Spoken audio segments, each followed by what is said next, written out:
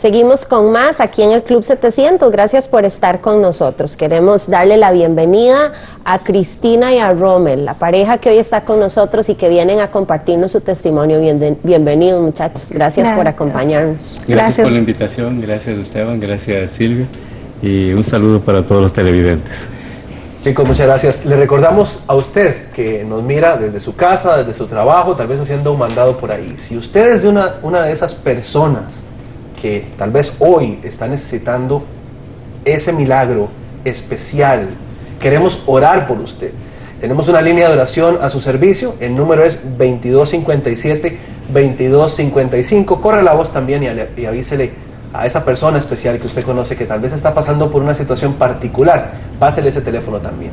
Le recordamos que si usted desea hacer alguna pregunta, algún comentario durante la entrevista, el número es 905-398-7288. Rommel y Cristina, cuando una pareja se casa, pues es común que al poco tiempo, según lo determinen, pues anhelen tener hijos, ¿verdad? Que la familia crezca, los hijos vienen a complementar eso. Cuéntanos un poco la historia de ustedes. ¿Cuánto tiempo estuvieron esperando por la llegada de un bebé y cómo fue ese tiempo de espera? Bueno, nosotros primeramente tuvimos una bebé. El embarazo tuvo que cortarse, hubo problemas. Nació de 5 meses, sobrevivió apenas 15 minutos, sus pulmoncitos colapsaron. Y después de ese momento ya algo pasó. No se cerró el asunto, no venía embarazo, no había bebé y tardamos 9 años en este proceso, en esta espera. ¿Los médicos les daban alguna explicación? ¿Les decían qué es lo que estaba pasando, qué es lo que andaba mal? Bueno, tuvimos tratamiento por infertilidad, porque después de 2 años de no tener bebé ya te diagnostican como persona no fértil, infértil, estéril. Entonces tuvimos ese tratamiento y no nos encontraron ningún problema. No teníamos nada que impidiera ninguna causa biológica. Exactamente, que justificara. Exactamente, no teníamos ninguna causa biológica y más bien en algún momento se argumentó una causa psicológica por lo de la pérdida inicial. De la bebita. De la bebita, sí. Que ella por situaciones meramente, naturales, ella no pudo sobrevivir. Y en ese proceso luego nosotros ya después de 4 años, 2 o 3 años de tratamiento más o menos, decidimos dejarlo en las manos de Dios y dejar el tratamiento. Después de eso pasaron como otros 4 años más o menos. ¿El tratamiento de fertilidad? Sí, cuando lo dejamos y ya quedé embarazada, fue después de un tiempo de haber dejado el tratamiento de esterilidad. Decirlo es fácil, ¿verdad? Sí. Uno con rapidez dice, bueno, pasaron 9 años, o sea, claro.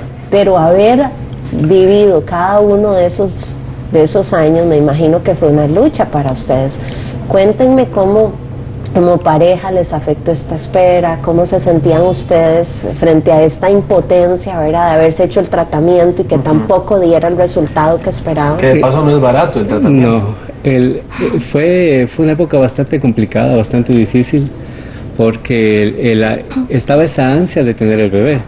Entonces cada mes, cuando Cristina tenía algún retraso, nosotros corríamos a hacernos examen de sangre, ¿verdad? Y encontrar que salía negativo eran días de llanto, días de preguntarnos, Dios, ¿qué está pasando? Te estamos orando y tú no estás respondiendo. Y cuando iniciamos el tratamiento, creo que fue tal vez un par de años que lo llevamos, ¿verdad? Fue bastante incómodo porque eran mensual las inyecciones para Cristina, que le ponían un parche, había que hacerle ultrasonidos creo que eran 2 cada mes, ¿verdad? Sí, de seguimiento folicular. Y el médico nos decía, bueno, hay un margen de 2 o 3 días que el folículo va a reventar. De hecho, eran varios óvulos que maduraban al mismo tiempo, a veces teníamos hasta 4 óvulos en el ultrasonido, entonces decían, uno de esos tiene que pegar. Nosotros estábamos muy esperanzados. Nos daban un tiempo exacto para tener relaciones sexuales, que eso también fue al principio muy emocionante, después fue muy incómodo.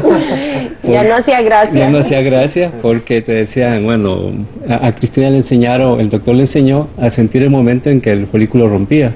Entonces decía, tengo un dolorcito. Entonces le llamaba al doctor y dice, mire, tienen un margen de 2 horas, o tanto tiempo, y tienen que buscar un lugar donde pueden estar juntos. Entonces al principio era emocionante, pero después se perdió la emoción porque cada vez que nosotros nos esperanzábamos por tener cuatro óvulos listos y que ninguno pegaba, la frustración. Sí, cuádruple también. Sí, podía tener trillizos o así, ¿verdad? Pero no quedaba embarazada ni un bebé. Y empezaron ya los efectos psicológicos de esto, que es la tristeza, la espera. Mi mente empezó a engañar mi cuerpo y entonces ya empecé a atrasarme en el periodo 15 días y ya yo pensaba que estaba embarazada y feliz. Y de repente ya llegaba otra vez el periodo y a llorar, ¿verdad? Y así pasaron todos esos años. Luego mis compañeras quedaban embarazadas. Eso te iba a preguntar, porque cuando estábamos hablando por teléfono, me contaba Rommel que siempre hay baby showers, y siempre hay bautizos, y siempre hay presentaciones de los bebés. O sea, los amigos de uno que tienen bebés. Y me imagino que particularmente, si a un hombre le afecta, a una mujer particularmente debe ser todavía más doloroso. Claro, porque mis compañeras quedaban embarazadas y yo me sentía feliz por ellas. Pero luego me sentía triste y empezaba a llorar. Y ellas me decían, ¿pero por qué lloran? Y yo les decía, es que yo me alegro por ustedes, pero yo no puedo, ¿verdad? No he podido todavía y estoy esperando a que Dios me dé una respuesta. Yo sí me aferré mucho de la historia de Raquel y yo decía, Dios, si tú se lo diste a Raquel, yo sé que tú me lo puedes dar a mí. Y también me aferré a que para Dios no hay imposibles. Entonces yo dije, bueno, aún así, pasaban los años, aumentaba el riesgo, aumentaba la posibilidad de que llegara la menopausia y yo sin bebé. Yo decía, Dios, aún así, llega la menopausia, yo sé que tú puedes darme un bebé. Y fueron 9 años de oración, 9 años de oración. Y la manera en como nos dimos cuenta que estaba embarazada fue algo increíble también. Ya vamos a llegar ahí. Rommel, vos nos contabas que un día tu oración a Dios cambió. La forma en la que pedías fue diferente. ¿Por qué? En un principio, yo no sé si era tal vez como una exigencia para Dios, ¿verdad? Decirle, Dios mío, queremos un hijo y ¿qué está pasando? Y que lo queremos ya y ¿por qué no nos estás dando? No te puedo decir en qué momento mi forma de orar cambió.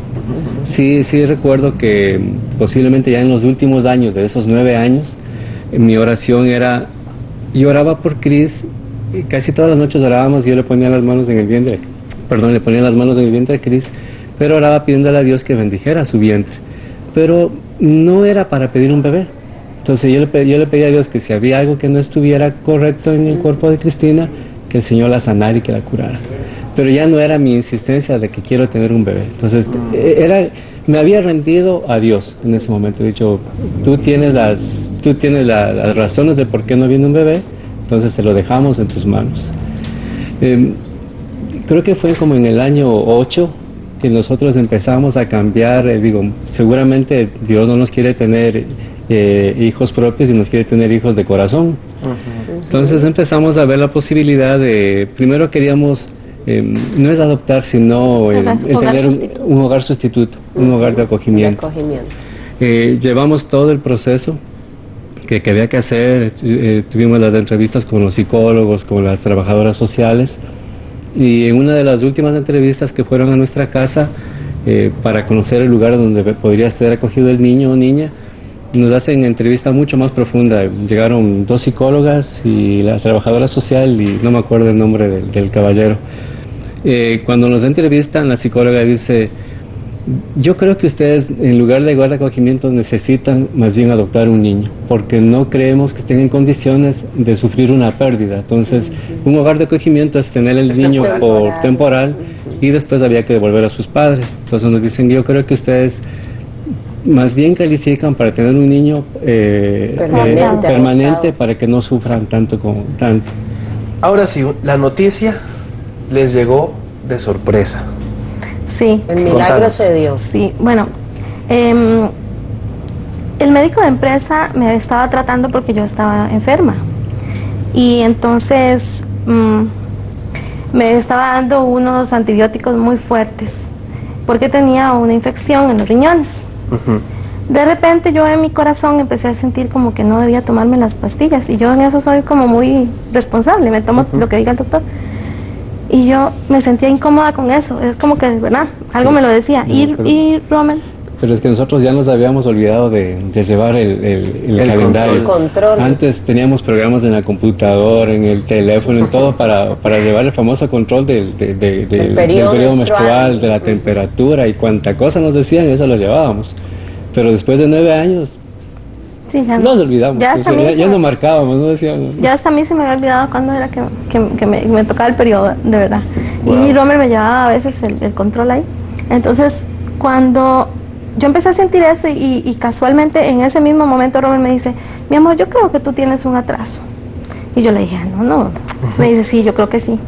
Y entonces me fui a decirle al doctor, y el doctor se asustó mucho, hasta que se puso pálido el doctor. Y me dice: ¿pero cómo? Y el expediente, ¿verdad? No, dice: tenemos que hacer un examen de inmediato, porque es una prueba de embarazo, porque eso es peligroso. Por los antibióticos. Por los antibióticos. A ver qué podemos hacer, me dice. Yo, ¿cómo? Pero yo me fui tranquila, porque yo decía: otra vez, ¿verdad? Seguro mi mente, ¿verdad? Habíamos hecho N cantidad de veces de exámenes de embarazo en 9 años, entonces era otro. Uno más, era rutina. Como tomarse una aspirina. Sí. Me acuerdo que pasamos frente a un restaurante, y yo le decía a mi esposo: si eso no es un embarazo, se parece bastante, porque tengo antojo de papas. Pero fue curioso eso. Entonces llegamos a la clínica, me hicieron el examen, y cuando me entregaron el examen decía positivo. Yo no lo podía creer. Wow. Me acuerdo que estábamos en la entrega de donde nos daban el resultado, estaba cerca de unas gradas, y nosotros de forma rutinaria agarrábamos siempre la hoja, y esta vez me acerqué a Cris, y cuando le dice embarazo positivo, casi nos caemos de las gradas, porque no esperábamos ese tipo de noticias. Sí. Y empezamos, me acuerdo que empezamos a reírnos en ese momento de felicidad, y en eso nos cae, digo, y el antibiótico. Ay, entonces fue un choque fuerte, empezamos a llorar en ese momento, llorábamos.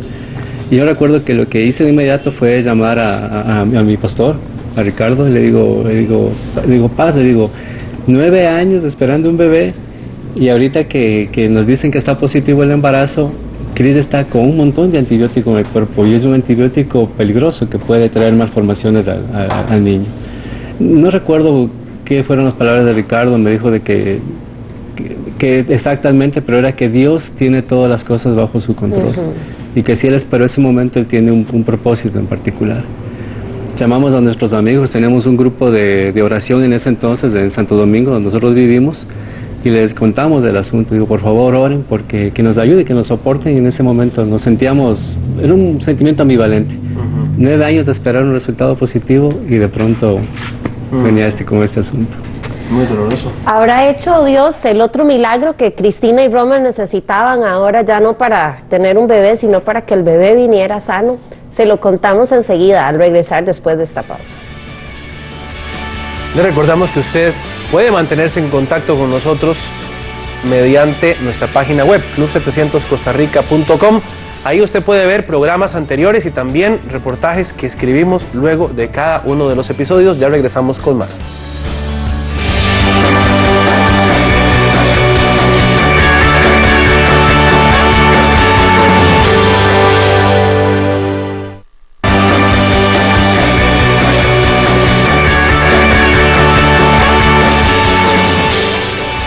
Seguimos aquí en el Club 700. Hoy nos acompaña una pareja que por 9 años clamó a Dios esperando un milagro para poder tener un bebé. Finalmente, cuando el milagro se da y ella queda embarazada, hay un pequeño problemita que necesitábamos también que Dios interviniera. Le recordamos que si usted está pasando por una situación particular en la que necesita un milagro, no importa cuál sea, permítanos orar por usted. El número de nuestra línea de oración es el 2257-2255. Ahí tenemos personas que están esperando para hablar con usted sobre su situación y por supuesto para orar. Recuerde que también el número, es el 2257-2255. Y si usted desea participar, tiene alguna pregunta, algún comentario, el número acá en vivo es 398-7288. Cristina y Rommel, la alegría de ver esa prueba de embarazo que decía positivo inmediatamente se contrapone con el temor, estoy tomando antibióticos. ¿Cuál podría ser el efecto de este medicamento sobre la formación de un bebito, verdad? Cuéntenos qué fue lo que pasó. Okay, de inmediato lo que se trató de hacer era ultrasonidos para ver cómo estaba el bebé, qué semanas tenía, porque dependiendo de las semanas que tenía era crítico. Si tenía menos de 3 semanas podría tener efectos graves, y si tenía más de 4 o 5 semanas ya el efecto podría ser menor. Y resulta que el bebé tenía 5 semanas. Entonces esa fue una gran bendición. Pero sin embargo los doctores tenían que seguirle vigilando, tenían que darle un seguimiento a través de ultrasonidos para ver que no se diera ningún problemita. Cuando yo tenía 4 meses, ¿verdad? 4 meses de embarazo. En una de esas pruebas... Cuéntale primero, es que el doctor que nos atendía es muy serio, muy serio. Entonces el ultrasonido que fuimos a que le hicieran, el tipo se queda muy serio y nosotros estábamos sufriendo porque no dijo absolutamente nada. Entonces yo me acerco y le digo Fernando, está mal. Dice, no, está bien, el corazón late. Digo, pero díganos algo. Digo, no se quede callado porque nosotros estamos angustiados de que tal vez nos estaba formando. Ajá, y entonces cuando tenía 4 meses fuimos donde el doctor hace un ultrasonido y dice, bueno, aquí aparece algo, pero tenemos que esperar 4 semanas para ver si aumenta, si disminuye. Y yo le decía, doctor, ¿pero de qué se trata? No, tranquila, después lo vemos. Él no quería preocuparme. Y yo le insistí, doctor, ¿pero qué tiene? Y me dice, se llama edema nucal, ahí se lo voy a poner en el ultrasonido. Tenemos un video del documento que elabora el médico y del ultrasonido. Lo vamos a poner para que ustedes lo vean ahorita mismo en la pantalla de su televisor. Ese es el documento. ¿Qué es exactamente el edema nucal? Es una malformación que nace de la base del cráneo hacia la columna. Según tenemos entendido, lo máximo permitido son 3 milímetros de espesor. En el caso de nuestro hijo venía con 4 milímetros, o sea, ya pasaba el límite permitido.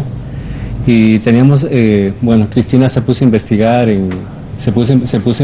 sobre el asunto. Cuando llegué del trabajo, ella estaba muerta en llanto, me decía de que lo que puede pasar son cosas muy serias. Lo máximo que podía ocurrir era que el embarazo no completara, que la malformación fuera incompatible con la vida, y lo menos que podía pasar era un problema de genético. Sí. Entonces, resulta que no es una malformación en sí, sino que todos los bebés tienen esa como burbujita, pero el tamaño es el que indica, claro, si puede haber algún problema. Ajá. Y entonces el doctor decía, si aumenta, tenemos que hacer una miocentesis para ver si hay algún otro tipo de indicación, ¿verdad?, de problemita. Nuevamente fue otro choque de fe en ese momento, porque nuevamente en mi oración con Dios le vuelvo a decir, Dios, 9 años de estar esperando por un bebé y ahora viene con problemas del niño. ¿Qué está pasando, verdad? ¿Qué está ocurriendo? Pusimos nuevamente llamando a nuestros amigos, por favor oren por esta situación, porque nos daban exactamente 4 semanas para tener el resultado el dictamen final. Nos daban 4 semanas para esto. Que se hicieron eternas. Me acuerdo que nuevamente conversé con mi pastor, con Ricardo, y le digo, ¿qué se hace en esta situación? Entonces estamos ante un hecho que estamos viéndolo ahí, son 4 milímetros, mínimo era 3. Existen muchas posibilidades de que nazca o que no nazca nuestro hijo. Y Ricardo nos recomendó que oráramos conforme a lo que oró Jesucristo. Está en Mateo, cuando Jesús le dice al Padre, Señor, si es tu voluntad, quita de mí esta copa, pero que sea tu voluntad, no la mía. Y nuestra oración fue en ese sentido. Entonces durante ese mes empezamos a orar pidiéndole a Dios lo que nosotros queríamos que fuera para nuestro hijo. Yo recuerdo que mi oración en particular era que fuera un niño sano, que fuera un niño inteligente y que fuera un niño independiente, para que en algún momento pueda valerse por sí mismo. Y al final decíamos, Señor, pero que sea tu voluntad. Algo interesante pasó en ese mes, por lo menos dentro de mi corazón. El Señor nos fue preparando para todas las posibles opciones. Si nuestro hijo no iba a nacer, yo sentía en mi corazón que también iba a ser muy dichoso porque había experimentado el embarazo. Y yo le hablaba al bebé, le tocaba la pancita y toda la cuestión. Digo, bueno, si no vas a nacer, pero te estoy disfrutando los 5 meses que vas a estar allí. Decidimos amarlo mucho. Todo el tiempo que Dios nos lo diera. Ya fuera poquito, o fuera mucho, o fuera como fuera. Cuando al fin nos tocó ir a ver la prueba del ultrasonido, decidimos también cambiar nuestra oración. En ese momento sentíamos que teníamos que orar para que Dios nos diera la fortaleza para poder aceptar su voluntad también. Mucha gente empezó a acercarnos a nosotros y decía, como había posibilidades de que naciera con defectos genéticos incluso graves, mucha gente venía a hablarnos, decía de que Dios manda niños especiales para padres especiales. Y mandaba niños especiales a gente que podían ser amados. Entonces nosotros estábamos ya preparados para lo que podría pasar, incluso lo más grave, que no naciera, a incluso que viniera con algún problema genético. ¿Y 4 semanas después qué pasó? Nuestro médico que nos está viendo en ese momento nos manda con referencia médica a otro especialista, pero él no le pone absolutamente nada. Solamente dice favor hacerle el examen a la paciente tal y tal para valoración. Para valoración. Él no quería crear criterio en el otro médico. Entonces exacto. Entonces fuimos ahí donde este doctor, era un ultrasonido de más profundidad, y cuando empieza a hacer el ultrasonido me acuerdo plenamente, Cris estaba recostada en la camilla, y le empiezan a pasar el aparatito aquel, y el doctor dice, tamaño de la cabeza normal, brazos normales, piernas normales, dice corazón normal, columna vertebral normal, y Cristina está en llanto. Me acuerdo que se pone a llorar ahí en la camilla. El doctor se asusta y dice, señora, está normal, ¿por qué llora? Que está bien, claro. Sí. Entonces Cris le dice en ese momento, lo que pasa es lo siguiente, a él le detectaron hace 4 semanas que tenía un edema nucal, pero el médico no quería ponerle a usted, crearle criterio. Entonces él dice, bueno, ya que me dice usted eso, vamos a hacer medidas más profundas, y empiezan a medir el tamaño del tabique, no me acuerdo qué más le medían. El fémur, cosas que ellos saben, ¿verdad? Y ella dice, no hay ningún rastro de que tenga algún síndrome o algún problema el bebé, está bien. Está perfecto. ¿Qué había en tu corazón al escuchar esas palabras de este médico diciendo, todo está bien? Un agradecimiento hacia Dios increíble. Una alegría indescriptible. Es que es, bueno, la sensación de ser madre, de tener una vida, ¿verdad? Que Dios ha puesto ahí. Y uno los ama desde el primer momento en que lo sabe, ¿verdad? Entonces el saber que él estaba bien también me dio mucha paz. Y fue una respuesta de Dios a nuestras oraciones y a la de mucha gente que estaba orando por nosotros. La iglesia completa, la familia, mi mamá, muchas personas. ¿Cómo fue el momento del nacimiento de Esteban? O sea, ese chiquito esperado por años y tan anhelado y amado. Una cosa es verlo en ultrasonido, ¿verdad? Entonces, cuando nació Esteban, tuvo que nacer por cesárea, porque se cumplió lo que le pedíamos a Dios, de que fuera sano. Entonces él es muy inquieto desde el vientre, ¿verdad? Entonces se enredó como 2 veces el cordón umbilical en el cuello. Entonces cuando nació, me acuerdo que lo primero que le dije a Cris, le digo, es lindo, es perfecto. Entonces le vi tan precioso verlo ahí completito, con sus manos, con todo su cuerpecito, y pegando gritos. Fue algo muy lindo. Esas son fotos más recientes de la familia con Esteban. Muy lindo el bebé, se parece mucho a... Bueno, no sé, la verdad es que no sé a cuál de los dos se parece más. Ahí los veo los dos. Y este es Esteban hoy en el kinder, ¿verdad? Sí. En el kinder. Háblanos de él, cómo han sido estos 5 años con su hijo, después de 9 años orando, o sea, ese milagro que se hizo en las vidas de ustedes. Al inicio es muy curioso porque los bebés, bueno, son trasnochadas, ¿verdad? A veces noches completas con ellos alzados, Ay, ellos sí. llorando cuando vienen los dientes y todo eso. Pero fue tan increíble que yo le daba gracias a Dios por cada cosa. O sea, yo decía, Dios mío, gracias por experimentar esta noche de insomnio, porque 9 años esperando por ello. O sea, fue muy, muy hermoso. Y así han sido todas las etapas de Esteban. Ahora él está en el kinder, está aprendiendo. Se ha enfermado como cualquier niño, ¿verdad? Obviamente. Y hemos tenido que estar con él, acompañándolo y amándolo. Ha sido una bendición de Dios. Queremos hacerlo crecer a él con temor y confianza en Dios. Entonces que Dios, él está atento a todo lo que nosotros pidamos.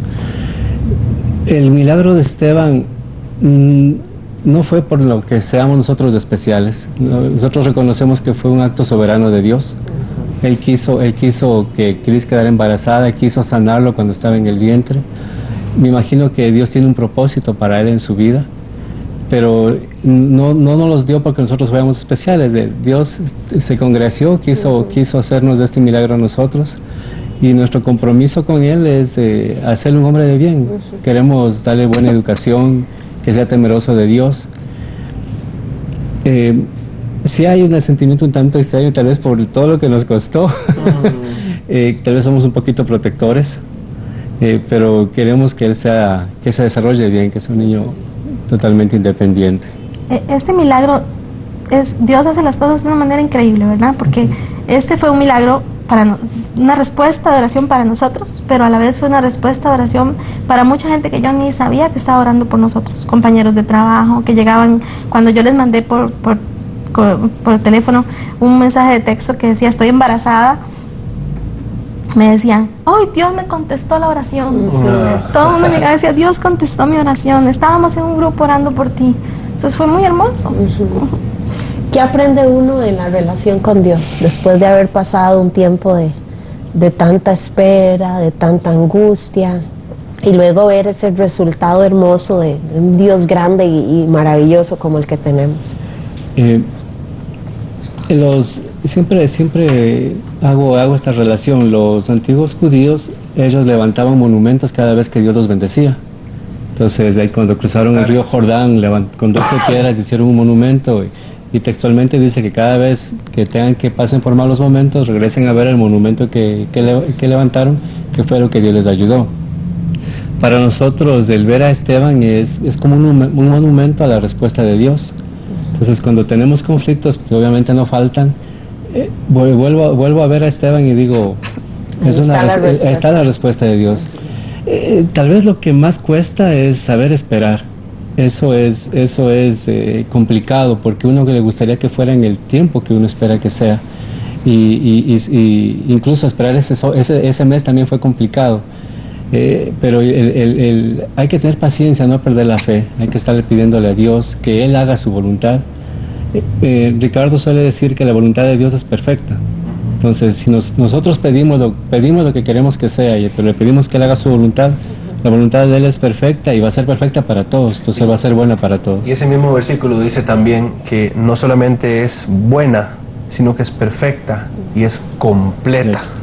Y cuando dice completa, quiere decir que no le faltó nada, y por eso a su hijito no le falta absolutamente nada. Nos queda un minuto antes de ir a corte y quisiera saber qué podrían decirle ustedes a esas personas que están esperando un milagro, que están como ustedes, tal vez no 9 años, pero que están esperando que algo sobrenatural pase en sus vidas. ¿Qué lección podrían ustedes decirle a ellos? ¿Qué consejo podrían darle? Que no pierdan la fe, que no pierdan la esperanza, o sea que hay que seguir orando, y que Dios tiene un tiempo para todo. Él sabe cuándo es el mejor momento para que las cosas lleguen. Y al pedir que se haga su voluntad, como dice Rommel, eso nos da paz también a nosotros. Entonces, seguir adelante. Dios nos ama, Dios te ama, no pierdas la fe, mantente confiando en Él. Hacer tal vez lo que me pidió mi pastor que hiciera. Orar pidiéndole a Dios lo que uno desea que sea, pero que Dios haga la voluntad. La voluntad de Dios definitivamente es perfecta. No sé en qué momento va a responder, pero Él siempre va a responder. Pues chicos, muchísimas gracias por compartir esta historia Hermosa. Hay que tragar grueso cuando uno los escucha a ustedes, pero también es una gran alegría escuchar lo que el Señor hizo por ustedes y que el Señor bendiga a Estevitan. Qué nombre más lindo que le pusieron. Muchas gracias por haber estado con nosotros. Gracias. Gracias.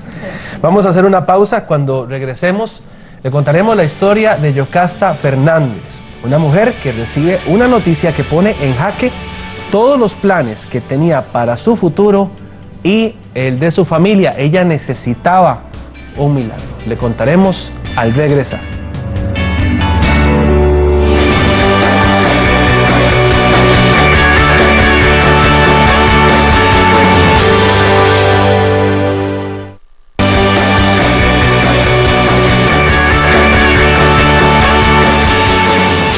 Seguimos con más aquí en el Club 700. Gracias por seguir con nosotros.